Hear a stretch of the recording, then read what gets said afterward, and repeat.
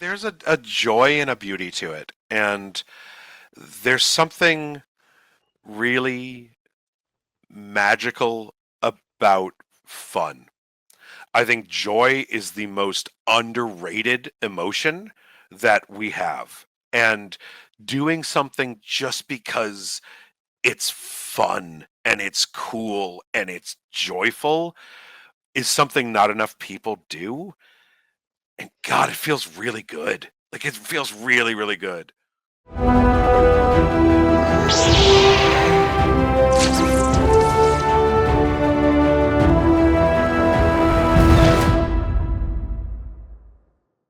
Welcome. This is Fanboy Planet After Dark. This is much later than I usually conduct interviews, and I'm here with Pulp Arcana Studios, Mark Gelineau, who I've known for several years through Baycon.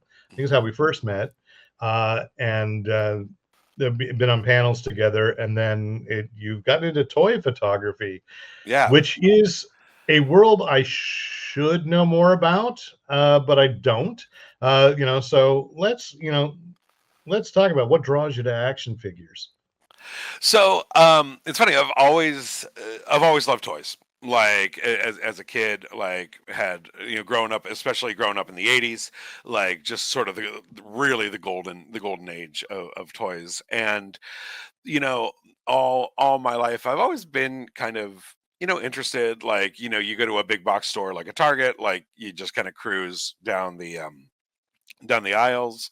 But I previously, as sort of a hobby beyond my teaching and writing, I was doing some tabletop miniature painting, and I was terrible at it.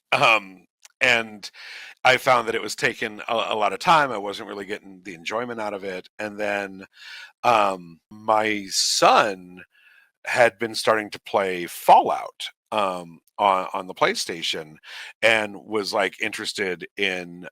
He had started doing some stop motion photography and was like, "Oh, I heard there's Fallout figures," and so he ended up coming across a YouTube video by a guy named Sir Dork, and I ended up watching the YouTube video with him, and it was Sir Dork reviewing one of the um, one of the Fallout figures from a couple years ago, and then taking some photos. And the photos were fantastic. Like it was the coolest thing. Like for him to take a toy that he had in hand and was reviewing, and just did this like incredibly cool photo with it. And both of us, and even my wife was there, and all three of us were like, "Oh wow, that was cool. Let's watch another one." And just started trucking through his channel. Um, and that's really what got kind of gave me the bug. And just massive shout out to Sir Dork's YouTube channel for anyone at all interested in not only toy photography but especially getting started in it. That dude is an amazing ambassador for the hobby. And I've chatted with him a little bit through Instagram, and he is every bit as sweet and kind and cool as you get from his videos, which not always the case, as we kind of know. I'm But a right bastard. Yeah. So go ahead. right, Yeah. like, but so it wasn't very long after that. I was like, you know what, like, I've got a phone. And he had some great tutorial videos on just like how to use an iPhone, how to use some free apps to kind of do stuff, and ended up seeing what was out there and was kind of blown away by just how good action figures have become. And that's really kind of what got me started. So I got a few online from Big Bad Toy Store, Mhm.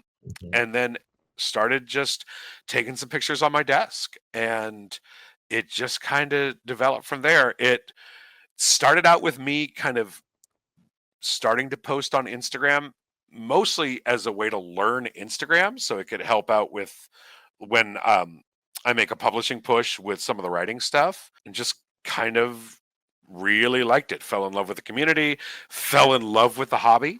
Um, love that I could do it. Kind of sitting at my desk at home while my son was doing homework, while my wife was reading a book or watching TV. It just let me just kind of be much more present while still being creative, and really have fallen in love with it. Yeah, I mean, for those catching up, Pulp Arcana Studios, you've been doing reviews for 2 months, 3 months now for Fanboy Planet, which Yeah, I'm grateful. What blows me away is, I love there's like the simple publicity shots at the top of every review, so we see that what the company does, and then it's like, all right, what could Mark do with it? And there's like three or four that's like, holy crap. I love that. So what do you look for in an action figure? Because you mentioned how they've improved.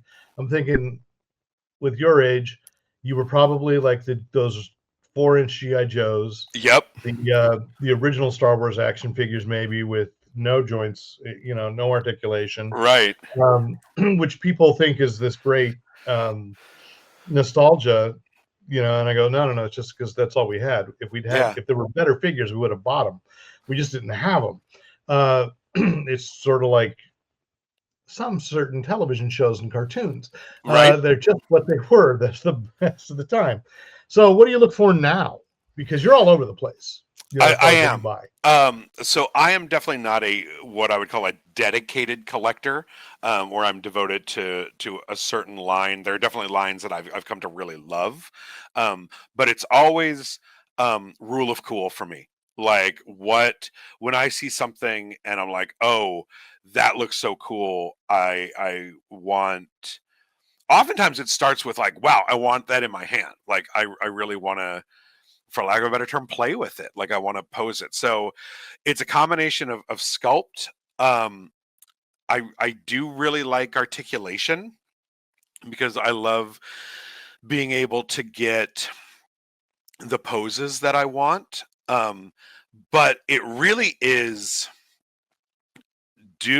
does this inspire a story? I think it comes from the writing background, but like does this inspire a story? And I tend to, as when I was choosing kind of a name for the publicity and for my work, I love old pulp stuff. Like I love Mhm. like the Shadow Doc Savage, like the kind of early roots of that kind of storytelling. And um, I really love figures that kind of trigger that impulse. They're gonna tell like larger than life sort of mythic stories. I love like adventure, um, and then also I've got a soft spot in my heart for stuff that it's just kind of charming and whimsical. And so I'm really looking for something that I know when I take a picture of it, um, it's going to tell some sort of story, capture some sort of mood and feeling. That's really kind of where I am. You mentioned nostalgia, and nostalgia is a really interesting thing, especially in the toy collecting and toy photography community, because there are people who swear by their old school stuff, like some of the new stuff that is made in that style, like the 5 points of articulation figures. There is still a market for that. um, I really love the new hotness, but every once in a while something comes that just kind of hits both at the same time. Like one of the reviews that we did for Fanboy Planet, that you and I have talked about a little bit online, those blockies Sesame Street figures Those sound are really cool. I haven't they found are them yet. fantastic. Like I haven't yet. they're just the most delightful, fun things in hand. And they photograph beautifully, but I would put that in the hands of like a 6, 7 year old child just so they would have something that wasn't on a screen. And they're super fun. Wait a minute. Let's hop over here. You're gonna let children play with these toys? So That's kind of some a thing. yes, some no. I'm like I have the most amazing 13-year-old son, and he's kind of gotten into some collecting as well. His tastes are really different. He's a huge horror guy, and so his stuff is primarily like his company is NECA, and Yeah. NECA is their sculpts are beautiful. Um, they often don't have as much of the articulation, But they No. photograph beautifully. And so, like, he's building his collection of Michael Myers figures, of Jason from Friday the 13th figures. Um, Whereas, I tend to be a little more, all over the map. One of these days, I'm going to get to some of the NECA stuff, do some reviews on the site for that. Hmm. On nostalgia, though, I did have something that is going to be, it's a little preview of a review that's going to be on Fanboy Planet soon, but this guy's just too cool not to share. So this comes from a company called Four Horsemen. It's part of their Cosmic Legions line. They do Mythic Legions, which is amazing fantasy figures, Cosmic Legions, which is their science fiction line, and then their Figura Obscura line, which is sort of mythic and literature based. The Headless Horseman figure from the photo retrospective is from them. But this guy is his name is Fisher Rice, and he's an update of the old Fisher Price Adventure People Alien. And I had this figure as a kid alongside the big Fisher Price Adventure People space shuttle, which was one of my favorite toys young, like Yeah. 5, Okay. 6 years old. And so as soon as I saw this, I was like, oh my God. Like the black, the blue skin, like, but just translated and updated so well and so cool. So that's a case where the new hotness and that nostalgia bug just hits at the same time Well, for me. I think we see a wave of this kind of not just in in toys, but movies and television do the same thing where they take these old properties and they're actually giving you what you thought you were playing with or watching when you were six. Like, oh, this is the sophistication. This is really a grown up kind of show, or Yeah. these are cool. The Adventure People. When you showed that, I just now I was thinking it looked a lot like Callisto from Major Matt Mason, which was one of my Hmm. uh, figures way back. And being old school or just old, the figures that I get drawn to most often are you can't see in this angle, but we got a bunch of like the Star Trek Migos, the redos there, and I've started getting into because Migo didn't get Doctor Who, but they all exist. So Right. I've been picking those up from time to time, which then reminds me on the review that it most recently ran. It was Crystal Ball from GI Joe. Yeah. One had no idea about this figure at all. Inspired by Stephen King, Hmm. looking like Vincent Price, and now I want Yep. to find that original one because I have a little reaction glow in the dark Vincent Price on my wall as well. But you expressed that you had to go to Walmart, Uh-huh. and that was a pain in the butt. Right. Uh, Look, and Walmart. Oh, you're going to withdraw your sponsorship that does not exist, Right. Yeah. and then you broke down into eBay. So that's the thing too, is how hard has this hobby been when there's a figure you decide, man, I gotta have that. So so it is absolutely part of the hobby. And um I think enjoying that a little bit is is part of what's kind of kept me in. Um Exclusives are kind of the bane. The problem with that crystal ball was it was a Walmart exclusive. And so if Walmart's not working for you, it's really hard to get it. I recently um just Or got you say, I used to live near you, yeah, and to say that the San Francisco Bay Area is almost like a Walmart desert. There are a few yes. more than there used to be, but the other problem is it's also probably the densest formation of nerds uh, in the country. So you are not just finding a rare exclusive figure because it's hard to get to that store. There are so many other people in your immediate vicinity also looking for that figure. Yes. And what I've noticed is especially with the Walmarts, there are Walmarts around the country who are really pushing a revamp of their toy section right now, and you'll see it all over social media, and the ones around here are not. But this was one of the figures that I really fell in love with from San Diego Comic-Con. It's the GI Joe classified Ghost Viper, and that's a Walmart exclusive. That one I had no problem like getting online. What has become, and I've started to realize like it's my dopamine hit is going like on a lunch break or like when I have time to kill to a Ross and seeing kind of what's come through, like what's kind of on the shelves at the I've discount. heard tell of these things, but again, I Yeah, am also in one of those areas where, I'm in Burbank, so yeah, every other house, if it's not a child looking for these toys, it is an adult. right. And like I live down the street from a huge collectible toy store. Um, Okay. yeah, so it's interesting. I would say this is my nostalgia too. The hunt, as I say, of just like, oh, there's this cool thing I gotta go find.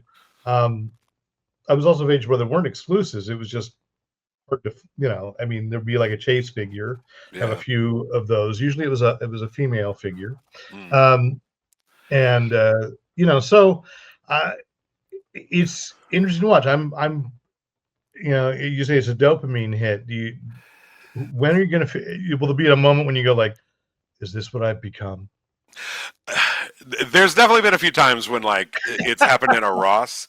The opposite side though is one of the coolest things about being in the Bay Area in the South Bay is there's a lovely little collectible toy store called Time Tunnel Toys, and shout out to Yeah. Time Tunnel. Um, and they are one of the primary sponsors for the San Jose Super Toy Show, Yes. which happens about 4 times a year, and it is fantastic. And that has become one of my happy places. Like I'll go with my son, we'll spend four or Yeah. 5 hours just cruising through, and it's become this amazing bonding experience. It just um, a wonderful thing. And so that has now become something that we look forward to. So it's less, it's still the hunt, but um, just really a wonderful, just fun experience. And so, yeah, if for anybody listening, if there are toy shows around you, even just going to walk around and play the "Oh my god, I had that when I was a kid" game is a lot of Totally. fun. It's really I, cool. I have a friend who's totally into getting old, board games from the 50s and 60s. And we'd never play them, but there are toy shows all over. You're right. I follow a few people online who are toy dealers and see the shows they are. Where I'm like, oh, I kind of wish I could go to that one in Yeah, Rhode Island. No, right. just because I don't travel like that.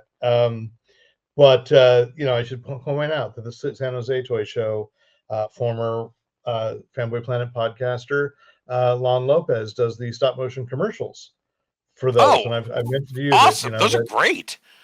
you should do that you two should meet because Yeah. he does the next step or more where your son was headed is he makes short films, Hmm. stop motion with his action figures. And I every few months he asks me to voice a GI Joe that I have no idea who that is because my GI Joes have lifelike hair and beard, kung fu grip Hmm. perhaps. Right. They're part of the adventure team. Anyway, this is cool. I just really wanted to sit down and talk about the hobby itself because Yeah. it's clearly a bigger world than I thought, and I love reading the reviews because, as I say, I kind of focus on Mego, but that's because that was my happy place. But every now and then there'll be a figure that I'm like, oh, I gotta. I mean, it might be visible behind me. There's a couple of Deadpools that were exclusives that I Right. had to get, and so Nuts. I have something I wanted to show you. This is for a review I'm working on now, but as an old school Marvel fan, especially like with that Pulp idea, Conan villain, Doctor Strange villain, Shuma Gorath. yes, those mad bastards at Marvel Legends, he's called Gargantos now, but Right, because Shumagorath is owned the name by Heroic Signatures, who control all the Robert E. Howard. Uh, yes. so great guys, shout out to them. I'd like to see. Actually, I think Super Seven has is doing Conan and Cull figures.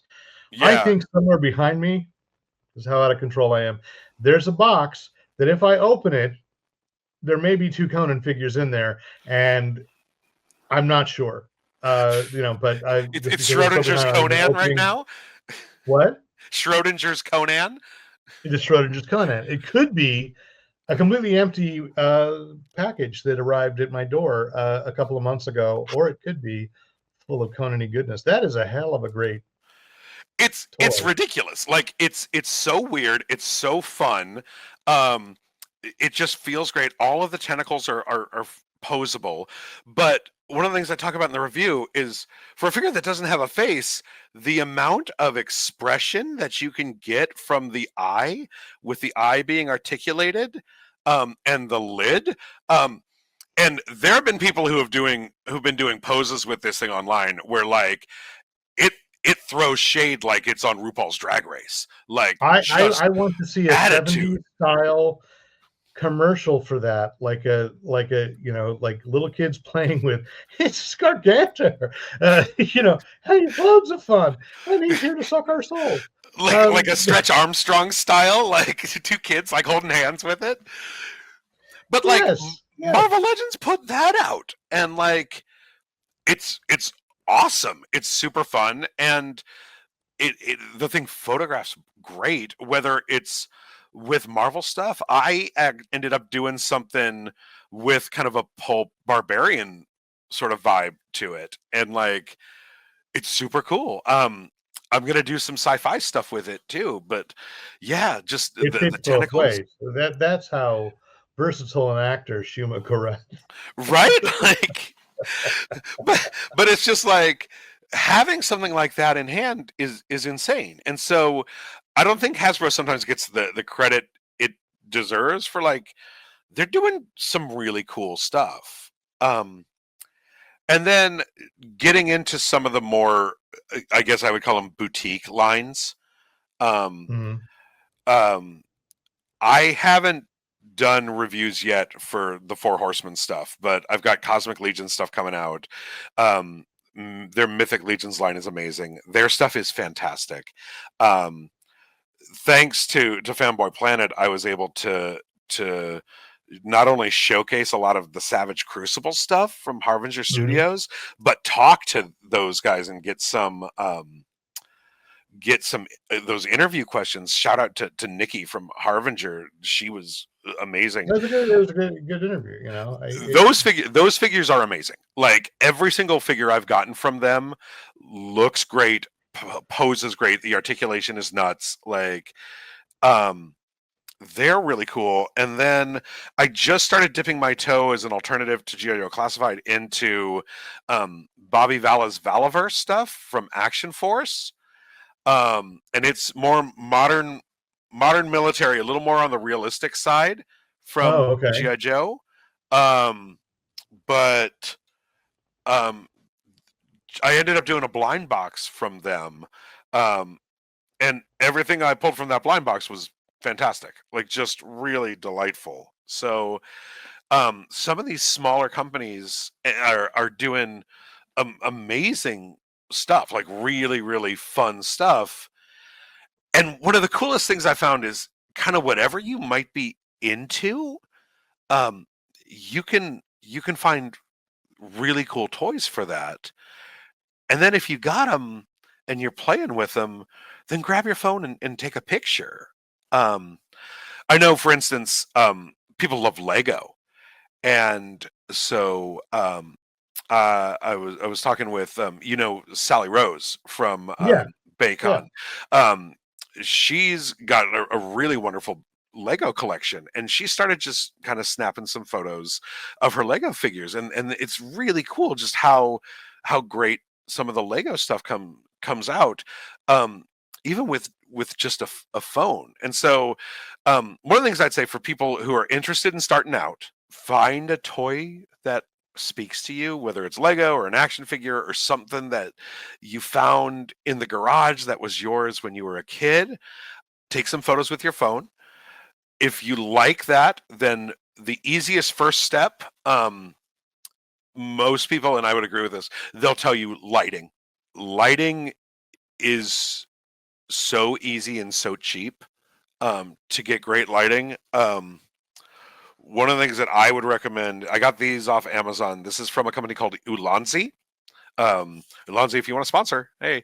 But it's just um, a little square light that will go through different colors, and has been just such a workhorse in terms of, like, you got a, like, kind of a nice green.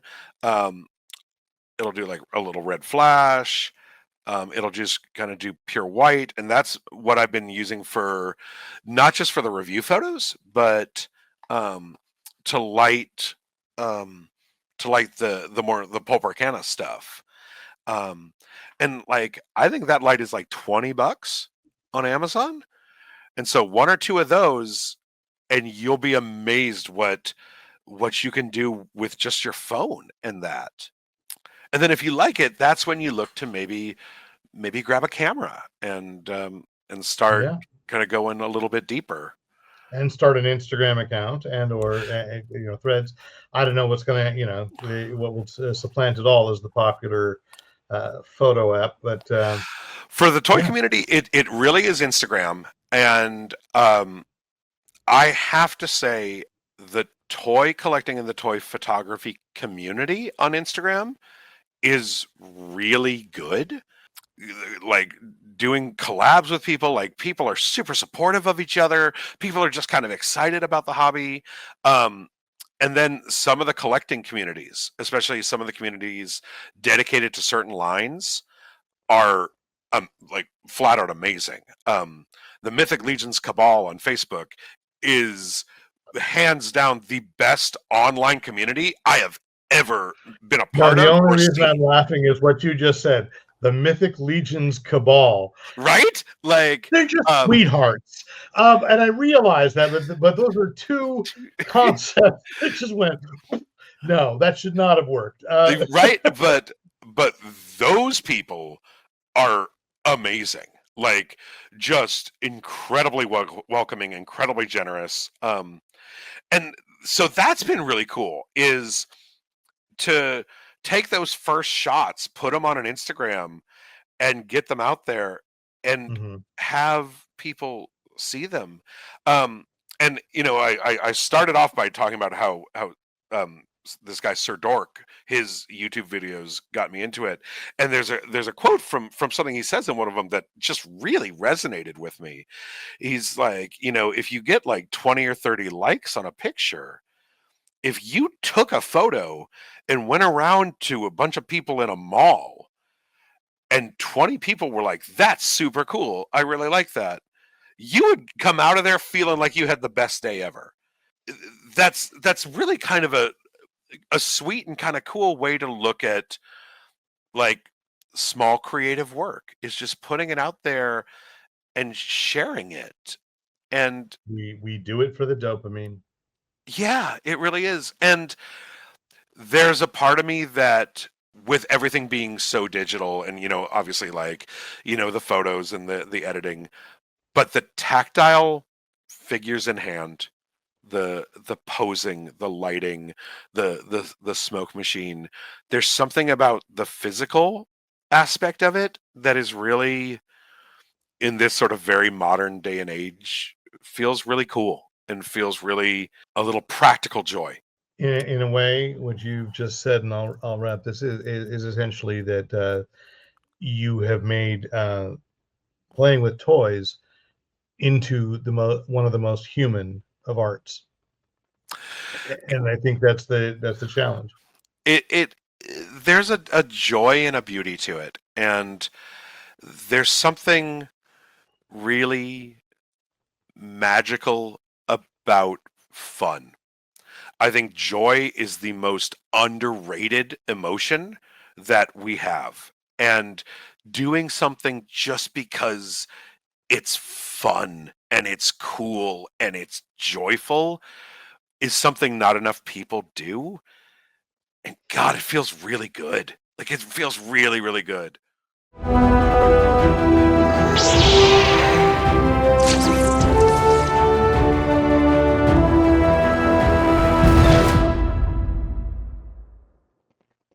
Thanks for watching, and be sure to hit the subscribe button so you don't miss out on any Fanboy Planet video content.